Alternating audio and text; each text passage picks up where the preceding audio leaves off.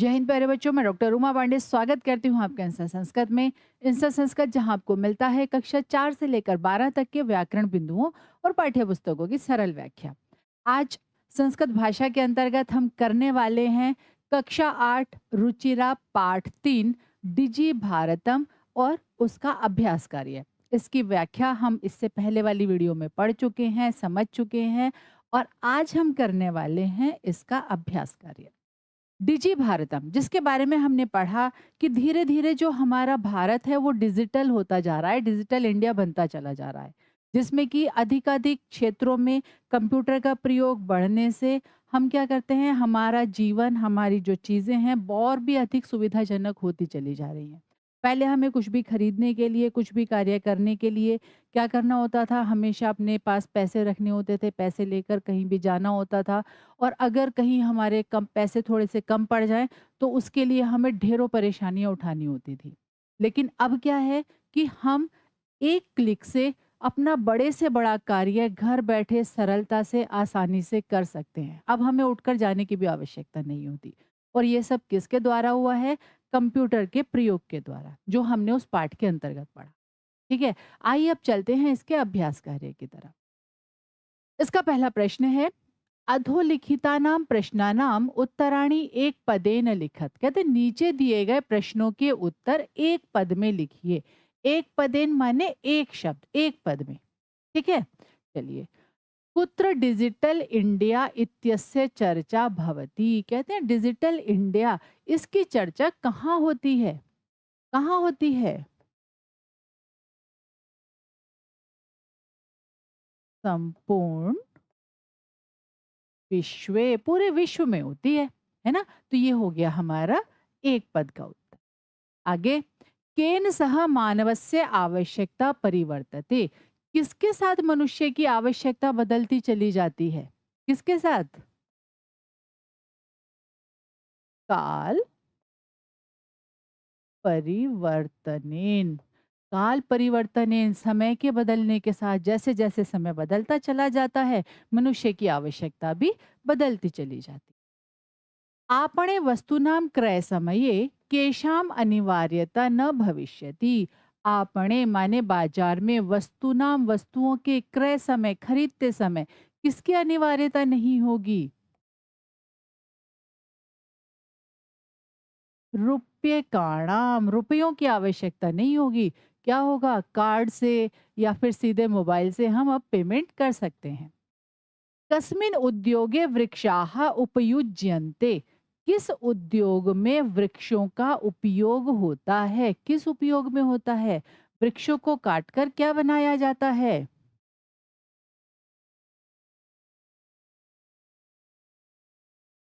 करगदोद्योगे। करगद, कागज बनाने के उद्योग में जब कागज बनाया जाता है तो कैसे बनाया जाता है? पहले पेड़ों को काटा जाता है, फिर उनसे पतला पतला पतला उसको गलाकर फिर उससे कागज बनाया जाता है। ठीक है। अद्य सर्वाणि कार्याणि केन साधितानि भवन्ति। अब सारे कार्य केन माने किसके द्वारा, साधितानि भवन्ति साधित होते हैं या किए जाते हैं। हम्म।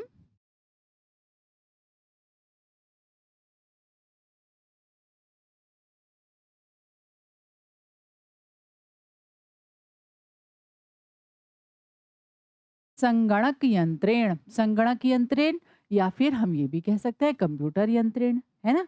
तो संगणक, कंप्यूटर को संस्कृत में कहते हैं संगणक, संगणक यंत्रेण। ठीक है, आइए अब चलते हैं प्रश्न नंबर 2 की तरफ। अधोलिखितान प्रश्नान पूर्ण वाक्येन उत्तरत। अभी तो हमने क्या किया था, प्रश्न नंबर 1 में हमने एक पद में उत्तर दिया, एक शब्द में। और अब क्या है, अब हमें पूरे वाक्य में उत्तर देना है। चलिए। प्राचीन काले विद्या कथम गृह्यते स्म। प्राचीन काल में विद्या कैसे ग्रहण की जाती थी? कैसे ग्रहण की जाती थी? हम्म? प्राचीन काले विद्या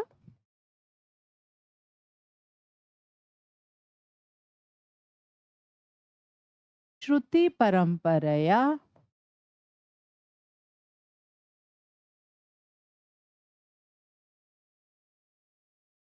गृह्यते श्रुति परंपरा के द्वारा ग्रहण की जाती थी। गुरुजन बैठ जाया करते थे, छात्र उनके चारों तरफ होते थे, वो बोलते रहते थे और छात्र उसको सुन सुनकर सीखते रहते थे।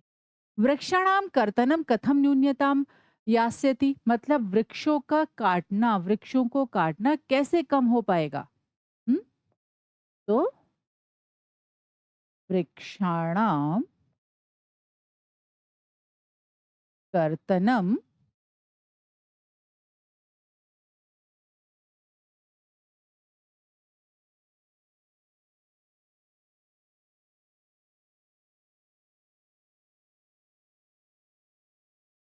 संगणक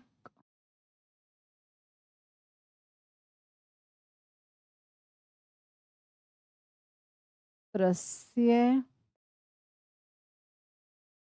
प्रयोगेण, वृक्षाणाम कर्तनम संगणकस्य प्रयोगेण, और क्या होगा? न्यूनताम यास्यति, वृक्षों का काटना संगणक यंत्र के प्रयोग से कम हो जाएगा। कैसे? जब हमारा ज्यादा से ज्यादा कंप्यूटर का प्रयोग होगा तो कागज का प्रयोग हम कम करेंगे और उससे क्या होगा? हमारे वृक्षों की रक्षा हो जाएगी। चिकित्सालय कस्य आवश्यकता अद्य नानुभूयते, चिकित्सालय में किसकी आवश्यकता आज अनुभव नहीं होती? तो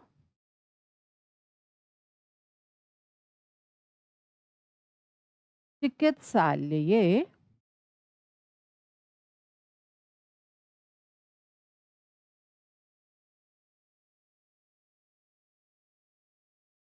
रूप्यकाणाम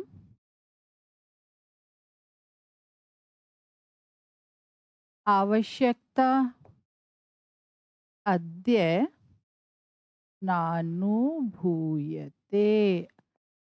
चिकित्सालय में रुपयों की आवश्यकता आज अनुभव नहीं होती। तो क्या बिना रुपयों के काम हो जाता है? नहीं, रुपयों की आवश्यकता तो होती है, लेकिन वो जो हार्ड मनी होती है ना, रुपए मतलब जो नोट होते हैं, उनकी आवश्यकता नहीं होती। हम क्या करते हैं? कंप्यूटर के द्वारा या मोबाइल के द्वारा ऑनलाइन ट्रांजैक्शन करके हम पे कर सकते हैं। कंप्यूटर के द्वारा क्या होता है? आसानी से हो जाता है। कभी किसी के पास कैश कम पड़ जाए या किसी को ना मिल पाए, बैंक जाने का मौका ना हो पाए, तो क्या होता है? ऐसे में काम रुकते नहीं है। आपके पास यदि मोबाइल ट्रांजैक्शन की सुविधा है तो आप अपने कार्य आसानी से कर पाते हैं। वयम कस्याम दिशि अग्रे सरामः, हम किस दिशा में आगे बढ़ते चले जा रहे हैं? वयम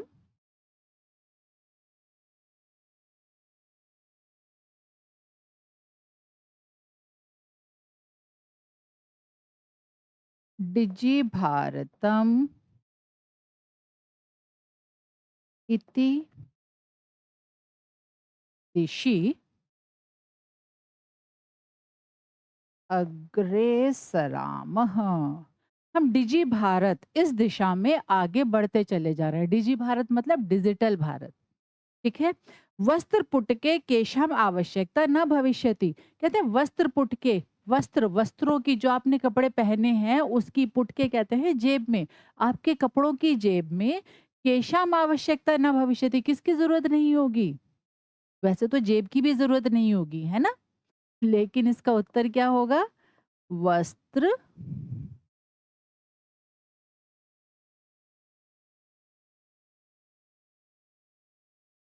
पुटके, वस्त्र पुटके रूप्यकाणाम आवश्यकता न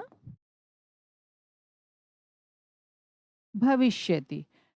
वस्त्र पुटके कहते हैं कपड़ों की जेब में रुपये काणाम, रुपयों की आवश्यकता नहीं होगी। क्यों? क्योंकि क्या होगा कि उसमें रुपयों की जरूरत है नहीं, बस आपके पास यदि एक फोन है तो आपके सारे कार्य आसानी से हो जाएंगे।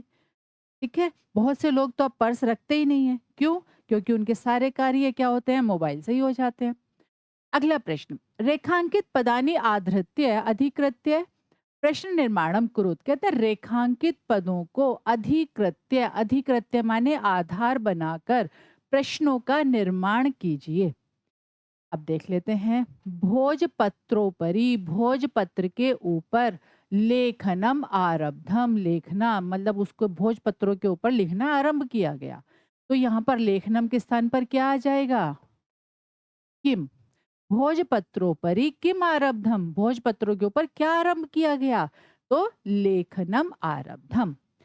लेखनार्थम कर्गदस्य आवश्यकतायाः अनुभूति न भविष्यति, लेखने लिखने के लिए कागज की आवश्यकता की अनुभूति नहीं होगी।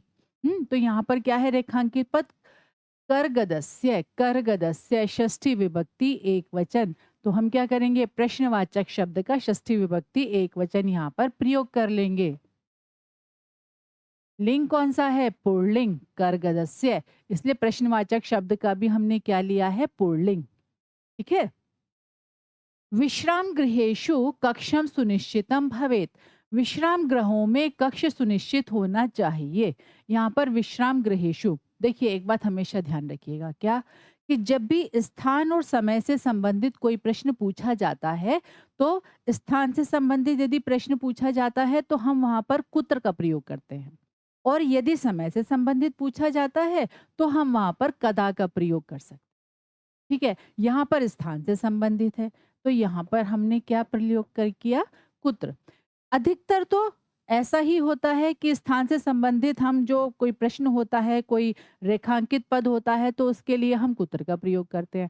लेकिन कहीं कहीं ऐसा नहीं भी होता, अपवाद भी होता है। इसलिए पहले जो आपको पंक्ति दी गई है प्रश्न निर्माण के लिए, पहले उसको अच्छे से समझ लें, फिर आप उसके लिए जो रेखांकित पद है उसके लिए शब्द का निर्धारित करें कि क्या लगाकर वहां पर प्रश्न बन जाएगा।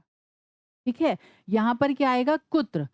कुत्र कक्षम सुनिश्चितम भवेत, कहाँ पर कक्ष सुनिश्चित होना चाहिए?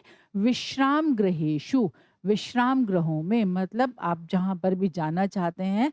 विश्राम गृह वैसे तो होटल या सराय या कोई धर्मशाला ऐसे जगहों को कहते हैं। सर्वाणि पत्राणि चल दूरभाष यंत्रे सुरक्षितानि भवन्ति। अब देखिए, चल दूरभाष यंत्रे, ऐसा दूरभाष यंत्र, ऐसा फोन जो कि चलते हुए भी प्रयोग कर सकता है, जिसको हम एक स्थान से दूसरे स्थान पर ले जा सकते हैं, मतलब मोबाइल, है ना? तो क्या है? सर्वाणि पत्राणि, सारे पत्र जो भी आपकी सामग्री है वो क्या है? चल दूरभाष यंत्र में सुरक्षित होते हैं। तो अब यहाँ पर देखिए स्थान है, कहाँ होते हैं? चल दूरभाष यंत्र में होते हैं। तो यहाँ पर हम क्या करेंगे? कुत्र। सर्वाणि पत्राणि कुत्र सुरक्षितानि सन्ति भवन्ति। ठीक है। कहाँ पर प्रयोग होते हैं? चल दूरभाष यंत्र में। ठीक है। अब आगे एक चीज का और ध्यान रखिएगा, जब आप इनका प्रश्न निर्माण करें तो अंत में प्रश्नवाचक चिन्ह लगाना ना भूलें, जरूर लगाएं। ठीक है। यहाँ पर तो लगा हुआ है।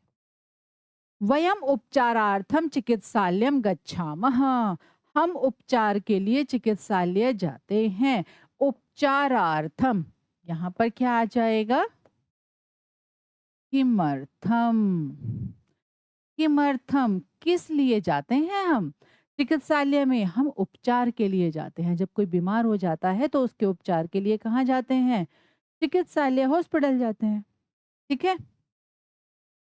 अब चलते हैं अगले प्रश्न की तरफ। कहते हैं उदाहरणम अनुसृत्य विशेषण विशेष्य मेलनम कुरुत, उदाहरण को अनुसरण करके, उदाहरण का अनुसरण करके विशेषण और विशेष्य का मिलाइए। ठीक है, चलिए देखते हैं क्या है। मौखिकम जानम, इन्होंने पहले एक उदाहरण दिया हुआ है, पहले इसको समझ लेते हैं। जैसे संपूर्ण भारते, संपूर्ण भारत में। एक बात हमेशा ध्यान रखिएगा, क्या कि जब भी इस तरह से विशेषण विशेष्य मिलाने के लिए आता है, एक पहचान तो खैर पाठ आपने पढ़ा है तो आप समझ ही जाएंगे कि कौन सा विशेषण किसके लिए प्रयोग किया गया है। लेकिन फिर भी एक चीज का और ध्यान रखिएगा कि विशेषण और विशेष्य की विभक्ति हमेशा समान होगी। जो विभक्ति विशेष्य की होगी वो ही उसके लिए प्रयोग किए जाने वाले विशेषण की होगी। ठीक है। आइए अब इस प्रश्न को करते हैं। मौखिकम ज्ञानम है, मनोगताः भावाः, महान क्या? उपकारः, टंकिता सामग्री, और मुद्रा विहीनः विनियमः। ठीक है ना? कितना सरल। चलिए आगे देखते हैं। अधोलिखित पदयोः संधिम कृत्वा लिखत। अधोलिखित पदयोः, नीचे जो पद दिए गए हैं उनमें संधि करके लिखिए। देखिए, स्वर संधि आप लोग सीख चुके हैं, क्योंकि कक्षा 8 तक आते आते स्वर संधियां तो आप लोग सीख ही लेते हैं। तो स्वर संधि यदि आप सीख चुके हैं तो ये सब स्वर संधि ही है। आइए इसको जल्दी से हल्के से रिवीजन के साथ इसको पूरा कर लेते हैं। जैसे देखिए, पहला पद है क्या, पदस्य धन अस्य। अब देखिए यहाँ पर संधि में हम क्या करते हैं, पहले पद का अंतिम वर्ण और दूसरे पद का पहला वर्ण देखते हैं। क्यों? क्योंकि संधि हमेशा वर्णों के बीच में होती है। यहाँ पर क्या छिपा है, अ, और दूसरे पद का पहला वर्ण क्या है, अ। और नियम क्या कहता है, दीर्घ संधि का क्या, कि जब किसी वर्ण के सामने समान वर्ण आता है तो उसको दीर्घ हो जाता है। जैसे अ के सामने अ आया तो उसको क्या हो गया, आ। तो क्या बनेगा इसका, पदस्य धन अस्य, हम्म, पदस्यास्य। ठीक है। इसी तरह से ताल पत्र धन ऊपरी। ताल पत्र, यहाँ पर क्या है, अ, अंतिम वर्ण, सामने है उ। गुण संधि का नियम क्या कहता है, अ के सामने उ आने पर उसको क्या हो जाता है, उसको हो जाता है ओ। अब इसको मिलाते हैं, क्या बन जाएगा, ताल पत्र धन ऊपरी, ताल पत्रोपरी, ताल पत्रोपरी। ठीक है। च धन अतिष्ठत। च यहाँ पर छिपा है अ, सामने है अ, दोनों को मिलाकर हो गया आ। और क्या बना शब्द, चा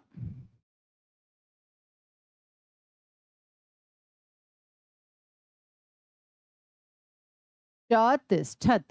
ठीक है। इसी तरह से करगद धन उद्योगे, यहाँ पर क्या है, अ। ठीक है। सामने क्या है, उ। वही गुण संधि का नियम, अ के सामने उ आया तो उसको क्या हो जाएगा, ओ। और शब्द क्या बनेगा, हम्म,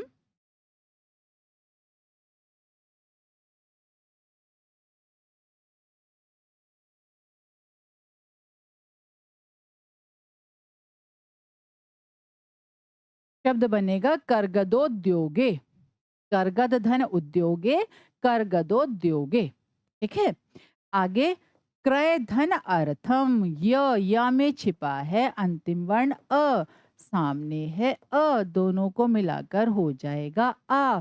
तो क्या बनेगा, हम्म, क्रयार्थम। क्रयार्थम, खरीदने के लिए। इति धन अनयो। अब देखिए यहाँ पर अंतिम वर्ण क्या है, इति मतलब अंतिम वर्ण है ई, वो भी छोटा वाला, सामने है अ। यण संधि का इको यणची क्या सूत्र है, ई के सामने कोई भिन्न स्वर आने पर उसको क्या हो जाता है, उसको हो जाता है य, है ना। अब देखिए सामने है अ, तो ये हलंत भी नहीं आएगा, ई को हो गया य, और सामने है अ, तो यहाँ पर हमारा क्या बन जाएगा, यहाँ बन जाएगा हमारा य। अब क्या बन जाएगा पूरा शब्द हमारा, इत्यनयोः। ठीक है। इसी तरह उपचार धन अर्थम, देखिए र में क्या है, अ अंतिम वर्ण और सामने है अंतिम वर्ण अ। अ और अ समान वर्ण आने पर क्या होगा, दीर्घ हो जाएगा, अ और अ को क्या हो जाएगा, आ। और क्या बनेगा शब्द हमारा, उपचारार्थम। ठीक है। उपचारार्थम, उपचार के लिए। ठीक है। चलिए, वैसे ये संधियां हमने विस्तार से इसकी जो अलग से वीडियो बनाई हुई है, आपने शायद उसको पढ़ा भी होगा। अभी हमने क्या किया, बस पदों के अनुसार थोड़ा सा नियमों को रिवाइज करके हमने संधि वाला कार्य किया है। बाकी संधियां विस्तार से जरूर पढ़ लीजिएगा, क्योंकि अभी तो क्या था, ये शब्द आए हैं। अगर पेपर में इनसे अलग शब्द आ गए फिर तो परेशानी हो जाएगी। नियम यदि याद है तो कोई भी शब्द आ जाए, कोई परेशानी नहीं है। नियम याद नहीं है तो अगर आप इन 4-5 शब्दों को याद कर भी लेंगे, कोई फ़ायदा नहीं है। ठीक है? चलिए अगले प्रश्न पर। उदाहरणम अनुसृत्य अधोलिखितेन पदेन लघु वाक्य निर्माणम कुरुत। क्या कहते हैं? कहते हैं उदाहरण को अनुसरण करके अधोलिखितेन नीचे लिखे गए पदेन पद से लघु वाक्य निर्माणम कुरुत, छोटे छोटे वाक्य बना दीजिए। एक छोटा सा वाक्य बना दीजिए। किससे? ये जो पद दिए गए हैं इनसे। ठीक। पहला इन्होंने करके भी दिया है, जिज्ञासा। मम मनसि वैज्ञानिका नाम विषय जिज्ञासा अस्ति। ठीक है, मेरे मन में वैज्ञानिकों के विषय में जिज्ञासा है। दूसरा आवश्यकता।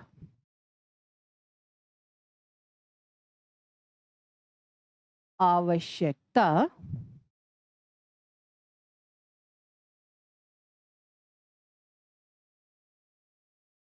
आविष्कारस्य जननी भवती। आवश्यकता आविष्कार की जननी होती है। कैसे होती है? जब किसी चीज की आवश्यकता होती है तो हम नई चीजों का आविष्कार करते चले जाते। ठीक है। सामग्री। हम्म। तो पुस्तकेषु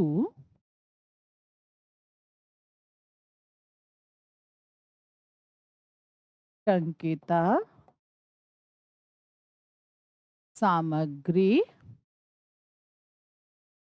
भवती। पुस्तक में छपी हुई सामग्री होती है। पुस्तकें कैसी होती हैं? छपी हुई होती हैं। पर्यावरण सुरक्षा।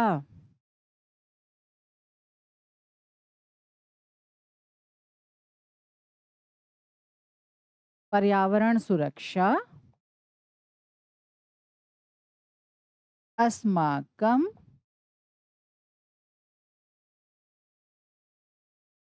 सर्वेषां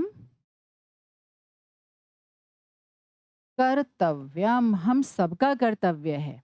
ठीक है। विश्राम गृहम। विश्राम गृह को अहम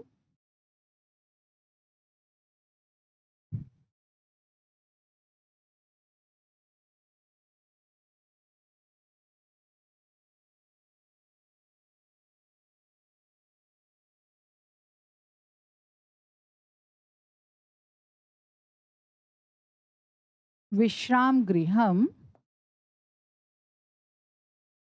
गच्छामि। मैं विश्राम गृह को जाता हूँ या जाती हूँ।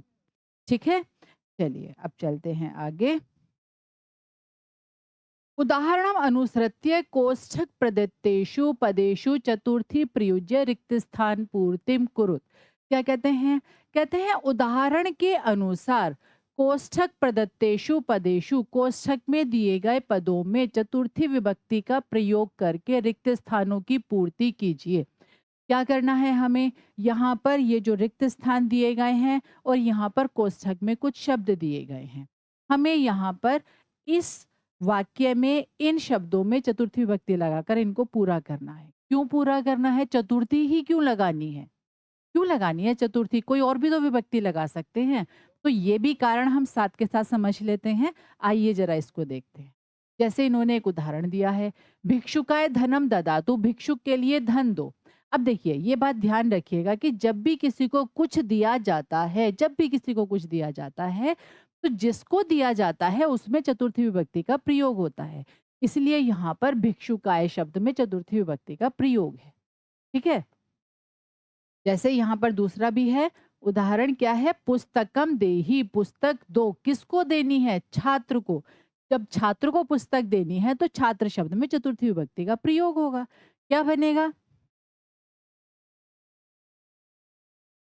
छात्राय। छात्राय पुस्तकम देहि। छात्र को पुस्तक दो। ठीक है। अहम वस्त्राणि ददामि। मैं वस्त्र देता हूँ। किसको? निर्धन व्यक्ति को। तो निर्धन में चतुर्थी लगाकर क्या बनेंगे? निर्धनाय। ठीक है। अब देखिए ये तो हुआ देने के योग में। अब अगला वाक्य क्या कहता है? पठनम रोचते। जब भी किसी को कोई चीज अच्छी लगती है, मतलब रुच धातु के प्रयोग में जब भी रुच धातु का प्रयोग कहीं पर होगा, वहां पर जिसको कोई चीज अच्छी लगेगी उसमें चतुर्थी विभक्ति का प्रयोग होगा। जैसे यहाँ पर क्या है? पठनम रोचते। पढ़ना अच्छा लगता है। किसको पढ़ना अच्छा लगता है? लता को पढ़ना अच्छा लगता है, तो लता में चतुर्थी विभक्ति का प्रयोग होगा। लता के रूप कैसे चलेंगे? बालिका की तरह से चलेंगे, लता आकारांत शब्द है, रमा की तरह से चलेंगे और लता के अपने मतलब सभी के समान रूप से रूप चलते हैं। ठीक है? तो क्या बन जाएगा? लतायै पठनम रोचते। क्यों है चतुर्थी? रुच धातु के प्रयोग में। अब देखिए अगला वाक्य क्या कहता है? रमेशः अलम। अलम अलम का प्रयोग दो तरह से होता है। पहला, किसी को रोकने के लिए हम कहते हैं ना, कलहेन अलम, विवादेन अलम। तो जब हम किसी को रोकते हैं तब हम अलम का प्रयोग तृतीय विभक्ति में करते हैं। कलहेन तृतीय विभक्ति और विवादेन तृतीय विभक्ति। लेकिन जब अलम शब्द का जो प्रयोग है वो पर्याप्त अर्थ में होता है, किसमें? पर्याप्त अर्थ में। तो क्या होता है? तब अलम शब्द जो है जिसके लिए होता है वो चतुर्थी विभक्ति में आता है। जब भी अलम शब्द का प्रयोग पर्याप्त अर्थ में होगा तब चतुर्थी विभक्ति में इसका प्रयोग होगा। ठीक है? तो यहाँ पर क्या है? रमेशः, रमेश जो है किसके लिए बहुत है? सुरेशाय अलम। सुरेशाय अलम, रमेशः सुरेशाय अलम। रमेश सुरेश के लिए पर्याप्त है, बहुत है।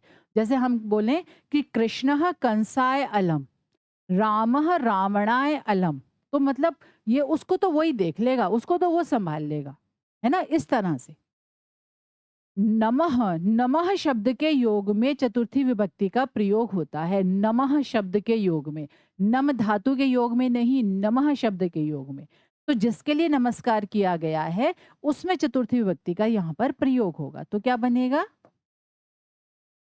अध्यापकाय, है ना? अध्यापकाय नमः, अध्यापकाय नमः, अध्यापक के लिए नमस्कार है। ठीक है? आइए एक बार फिर से पुनरावृत्ति कर लेते हैं। आज हमने क्या पढ़ा? आज हमने पढ़ा कक्षा 8 पाठ 3 डिजी भारतम, उसके अभ्यास प्रश्न। अभ्यास प्रश्नों को हमने पढ़ा, समझा और यथा योग्य, यथा आवश्यकता अनुसार हमने उसका उत्तर दिया। आशा है आज की वीडियो आपको समझ में आई होगी। इसी तरह की सरल वीडियो के लिए जुड़े रहिए इंस्टा संस्कृत। जय हिंद।